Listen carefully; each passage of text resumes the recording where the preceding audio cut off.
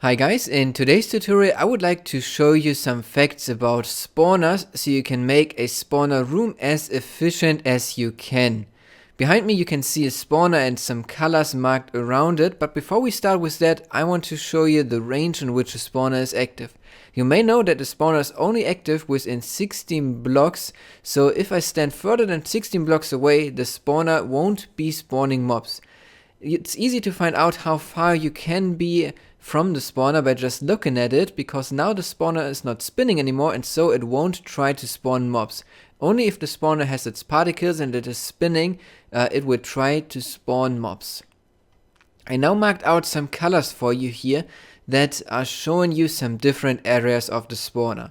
The red one here in the center is the area in which mobs will be tried to spawn in. So you want to keep this area as empty as you can. Best way is to just create a 9x9 area around the spawner in which there are no blocks around, because then the mobs can just drop down in this area as soon as they spawn. You can also see that I marked an orange area around it, and this is the area that most people don't know about. It is what I call it the escape range.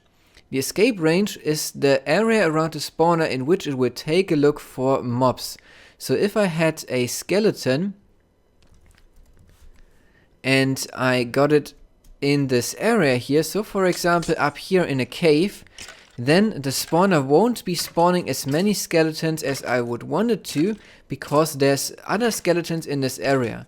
If there are more than 6 skeletons around, the spawner won't spawn anything anymore. So make sure that you've got an area around the spawner which is extended by 5 blocks to the sides, 3 blocks to the top and 4 blocks below without any other mobs. That also means that you want to get the skeletons that are spawning out of this area as quick as you can. And therefore I want to show you now how I would set up the room around it. First up, I would replace the block on top of the spawner with a block so nothing can spawn on the spawner and just stand there idling. Then you would want to have at least one more block above here, so anything that can spawn on here won't have its head inside this area, because this is important that this area is free as well. And then you can just build up your roof of the spawner above it.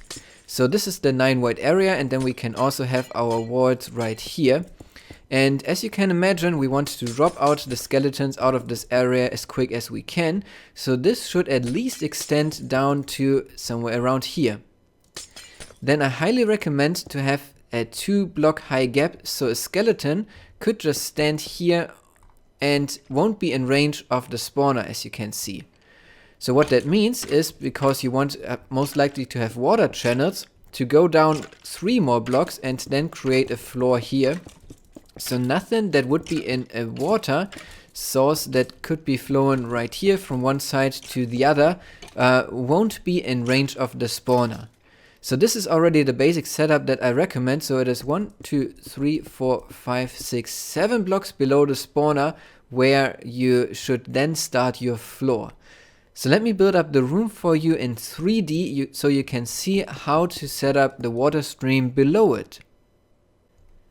So this is the spawner now in 3D, and you can see the water flowing from one side just over to the other, dropping down by 1 block, and then water source flowing from here to there, dropping down again, and then another water source that will transport the skeletons or zombies to the place where you want them to be.